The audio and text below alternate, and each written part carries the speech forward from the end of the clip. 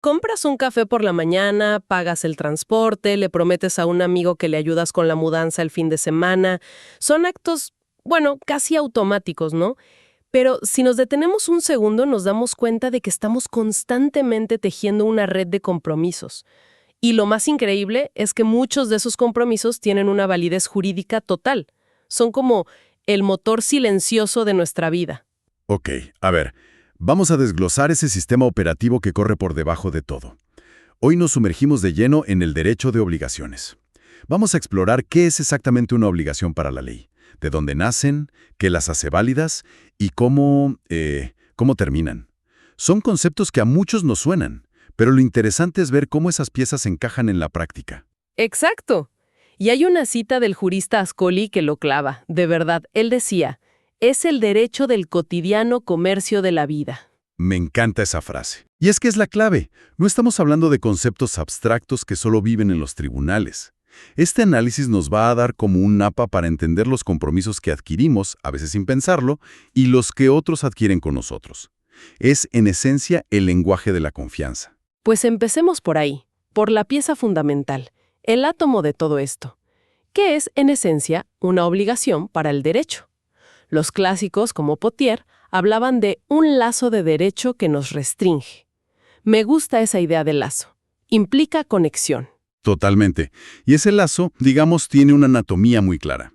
Como un ADN con 3 componentes que siempre están presentes. El primero, los sujetos. Ajá. No hay obligación sin un acreedor, que es quien tiene el derecho a exigir, y un deudor, quien tiene el deber de cumplir. Y la ley pide que estos sujetos sean determinados o determinables. Ahí está el primer matiz interesante. Determinados es fácil, yo te debo dinero a ti. Pero determinables, eso sugiere que el vínculo puede existir aunque no sepamos quién es una de las partes al principio. Precisamente. Es una herramienta legal muy inteligente. Piensa en una promesa pública de recompensa por encontrar una mascota. Claro. El deudor es claro, la persona que publica el anuncio, pero el acreedor es, en ese momento, una persona desconocida. Será determinable en el futuro, la persona que encuentra el animal. En ese instante, esa persona se convierte en acreedora. ¿Entendido? Es una forma de darle validez a esas promesas abiertas. ¿Cuál es el segundo componente de este ADN? Y el objeto es la conducta concreta que el deudor debe realizar. La prestación. Los romanos, y luego nosotros, lo resumieron en 3 categorías que cubren casi todo. Están las obligaciones de dar, que es transferir la propiedad de algo, entregar una casa vendida, por ejemplo. Sí. Las de hacer, que es realizar un servicio, como un profesional que se compromete a hacer un trabajo. Y finalmente, las de no hacer. O sea, abstenerse de algo. Como no construir más alto de lo permitido. Exacto. Dar, hacer y no hacer. Suena simple, pero me imagino que en las de hacer es donde surgen complicaciones. Por ejemplo, un artista que se compromete a pintar un retrato. Si se niega, no se le puede forzar físicamente a tomar el pincel, ¿o sí? Has puesto el dedo en la llaga. Y eso los lleva de cabeza al tercer elemento, que es el que le da toda la fuerza al sistema. El vínculo jurídico. Ajá. Este vínculo es lo que diferencia una obligación legal de una simple promesa entre amigos. Implica que la libertad del deudor está limitada, pero sobre todo le da al acreedor la facultad de usar la coacción del Estado. La coacción del Estado. Sí, para exigir el cumplimiento. Y como bien dices, en el caso del pintor, no es forzarlo a pintar, sino exigirle una indemnización por daños y perjuicios. El vínculo jurídico asegura que el incumplimiento tenga consecuencias reales. Y acá es donde la cosa se pone buenísima, ¿no? Si estas obligaciones son vínculos con poder estatal detrás, no pueden surgir de la nada. ¿De dónde vienen? ¿Cuáles son las fábricas de obligaciones? Esa es la pregunta del millón, y la respuesta nos muestra la lógica de todo el sistema. En derecho las llamamos las fuentes de las obligaciones. Y no nacen por capricho, sino de hechos y actos jurídicos muy específicos. Podríamos agruparlas en 2 grandes familias, digamos. A ver. Las obligaciones que elegimos voluntariamente y las que la ley nos impone para corregir un desequilibrio. Ok, en la primera familia, la de las voluntarias, el rey indiscutible tiene que ser el contrato. Sin ninguna duda. El contrato es el acuerdo de voluntades por excelencia, y es crucial entender algo que los textos aclaran muy bien. Antes se confundía contrato con obligación. Hoy la visión es más precisa. El contrato es la causa, la chispa, y la obligación es el efecto. Qué buena distinción. Pero no es la única fuente voluntaria. También está la promesa unilateral, como la de la recompensa que mencionamos. Ahí una sola voluntad crea el vínculo. Bien, y luego está la otra familia, las obligaciones que no buscamos, las que la ley nos impone. Supongo que aquí entran los actos que causan daño. Exactamente. Los hechos ilícitos. Es la respuesta del derecho al daño. Cuando una persona, con o sin intención, causa un perjuicio a otra, nace automáticamente la obligación de repararlo. O sea, la diferencia clave es la intención, ¿no? Esa es la distinción clásica. Se habla de delitos cuando hay dolo, o sea, la intención de dañar. Y cuasidelitos cuando no hay intención, pero sin negligencia o imprudencia. Exacto. Un choque de autos por ir distraído con el móvil es el ejemplo perfecto de cuasidelito. No querías chocar, pero tu descuido generó un daño, y por ende la obligación de indemnizar. Es fascinante, porque separa la responsabilidad legal de la culpa moral. No importa si eres mala persona o si fue un despiste. Si causaste un perjuicio, la obligación nace igual. Totalmente. Y dentro de esta familia de obligaciones impuestas, hay dos figuras más, con nombres un poco peculiares: los cuasicontratos y el enriquecimiento ilegítimo. Cuasicontratos. Suena a que son hacia un contrato, pero no. Y esa es la idea. Son hechos voluntarios ilícitos que generan obligaciones, pero sin que haya habido un acuerdo previo. Es el sistema legal actuando como un árbitro de la equidad, diciendo, esto no es justo, vamos a arreglarlo. ¿Como cuáles, por ejemplo? Bueno, los dos principales son la gestión de negocios ajenos, cuando te ocupas de un asunto urgente de tu vecino ausente para evitarle un mal mayor, y el pago de lo indebido. Cuando te depositan dinero por error en tu cuenta. Justo eso. Quedas obligado a devolverlo. Y el enriquecimiento ilegítimo, por su nombre, parece la expresión más pura de esa idea de equidad. ¿Lo es? Es un principio general del derecho que dice algo muy simple. Nadie puede enriquecerse sin una causa justa a costa de otro. Una red de seguridad del sistema. Exactamente. Bien, volvamos al contrato, que es la fuente más común. Si es tan importante, ¿qué se necesita para que un acuerdo de voluntades sea un contrato válido? Y no una simple charla.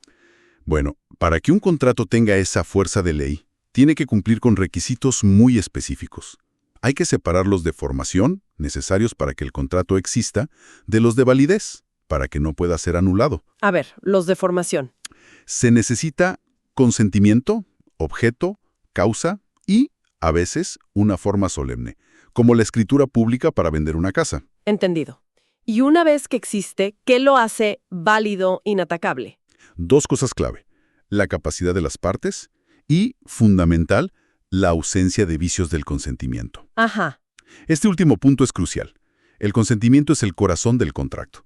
Y si ese corazón está enfermo, todo el acuerdo se puede anular. Hablemos de esas enfermedades del consentimiento. ¿Qué puede, digamos, contaminar un acuerdo a ese nivel? Los textos clásicos identifican tres grandes vicios. El primero es el error. Pero no cualquier error, me imagino. No, claro, debe ser un error sustancial, una falsa apreciación de la realidad sobre algo esencial. Por ejemplo, compro una obra de arte creyendo que es de un maestro famoso y resulta ser una falsificación. Mi consentimiento se basó en una mentira. Bueno, en una realidad que no existía. Justo. El segundo vicio es la violencia, la coacción física o moral para obtener un sí. La forma más burda de forzar un acuerdo. Sí, aunque las fuentes nos advierten que hay que diferenciarla del mero temor reverencial. El respeto a los padres. Exacto. O de la amenaza legítima de ejercer un derecho. Decir, si no me pagas, te demando, no es violencia. Esa es la definición perfecta. El dolo son las maquinaciones, los engaños que una parte usa para inducir a error a la otra. Una de las frases más brillantes de las fuentes es que el dolo es un error provocado. Qué bueno. En el error te equivocas tú sola. En el dolo, alguien te empuja maliciosamente a equivocarte. Precisamente. Y en la práctica, me imagino que no es tan simple como decir, me engañaron. Implica demostrar una intención maliciosa muy clara. Es uno de los grandes desafíos en los litigios. Sí, probar el dolo requiere demostrar esa intención de engañar. Generalmente se hace a través de pruebas indirectas, indicios, demostrando que la otra parte ocultó información, usó documentos falsos. Es una batalla probatoria compleja. Bueno, entonces, una vez que tenemos una obligación válida, nacida de un contrato sano, sin vicios, ¿qué poder tiene realmente? Aquí llegamos a la consecuencia práctica de todo. Al principio, que es la piedra angular del sistema. El artículo 519 del Código Civil boliviano lo dice con una contundencia casi poética. El contrato tiene fuerza de ley entre las partes contratantes. Fuerza de ley. ¡Wow! Esas son palabras mayores. Pero esa idea puede sonar un poco intimidante, ¿no? ¿No hay riesgo de que se use para hacer cumplir acuerdos que, aunque legales, se han vuelto muy injustos por un cambio de circunstancias? Es una tensión permanente en el derecho, y tu pregunta anticipa perfecto la reflexión final que haremos. Pero si nos ceñimos al principio general, esa fuerza de ley implica dos cosas enormes. Primero, la irrevocabilidad. Una parte no puede simplemente decidir que ya no quiere cumplir. Claro. Y, segundo, el deber de cumplimiento de buena fe. O sea, las partes deben actuar con lealtad, cumpliendo no solo la letra, sino el espíritu del contrato. Bien, tenemos una obligación que nace, vive y tiene fuerza de ley. Pero todo tiene un final. ¿Cómo muere una obligación? ¿Cómo se cierra el ciclo? El modo natural y deseable de extinción es, por supuesto, el pago. Ajá. Y es importante aclarar que en derecho, pago no es solo dar dinero, es cumplir exacta y puntualmente la prestación debida, sea de dar, hacer o no hacer. O sea, cuando el constructor entrega el edificio terminado, pagó su obligación. Correcto. Pero la realidad es más compleja. Me imagino que hay muchas otras formas de extinguir una obligación cuando el pago perfecto no ocurre. Por supuesto, el derecho contempla múltiples escenarios. Por ejemplo, está la novación, que es básicamente un acuerdo para matar la obligación antigua y reemplazarla por una nueva. Como un borrón y cuenta nueva legal. Algo así. O la compensación, muy práctica, que ocurre cuando dos personas son deudoras y acreedoras la una de la otra. Sus deudas se extinguen hasta donde alcance la menor. Como un cruce de cuentas automático. Exacto. Los textos también hablan de la confusión y la remisión. Sonan más personales. Lo son. La confusión es una situación curiosa. Ocurre cuando la calidad de acreedor y deudor se reúnen en la misma persona.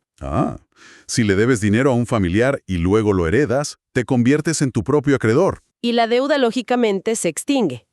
Y la remisión es el nombre elegante para el perdón de la deuda. El acreedor voluntariamente renuncia a su derecho. ¿Y qué pasa si cumplir se vuelve literalmente imposible? Por algo que escapa a nuestro control, una catástrofe natural. Esa es la imposibilidad sobreviniente. Si la prestación se vuelve imposible por una causa no imputable al deudor, lo que llamamos caso fortuito o fuerza mayor, la obligación se extingue. Pienso en el caso de un artesano que debía entregar una escultura única. Un incendio forestal destruye el único bosque donde crece la madera que necesitaba. Se volvió físicamente imposible. No fue su culpa. Y la obligación murió. Y finalmente, está la idea de que los derechos no son eternos si no se ejercen, la prescripción. Exacto. La prescripción es la sanción de la ley a la inacción del acreedor. Si dejas pasar un determinado tiempo sin reclamar tu derecho, lo pierdes.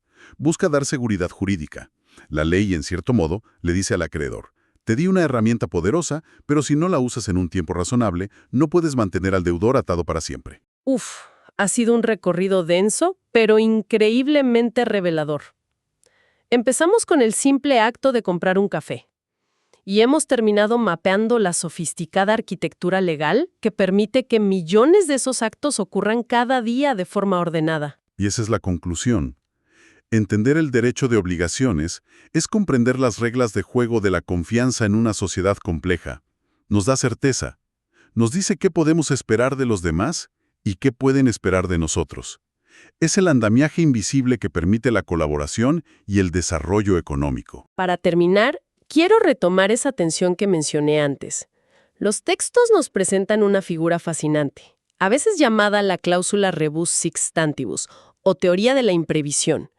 Es una herramienta que permite a un juez modificar o disolver un contrato cuando circunstancias extraordinarias lo vuelven ruinoso para una de las partes. Y esto nos deja con una pregunta clave para la reflexión. En un mundo cada vez más volátil, con crisis, pandemias, ¿qué tan rígida debe ser realmente esa fuerza de ley de un contrato? ¿En qué punto la fidelidad a un acuerdo, pactado en un mundo que quizás ya no existe, se convierte en una injusticia? ¿Y quién tiene la autoridad para trazar esa línea?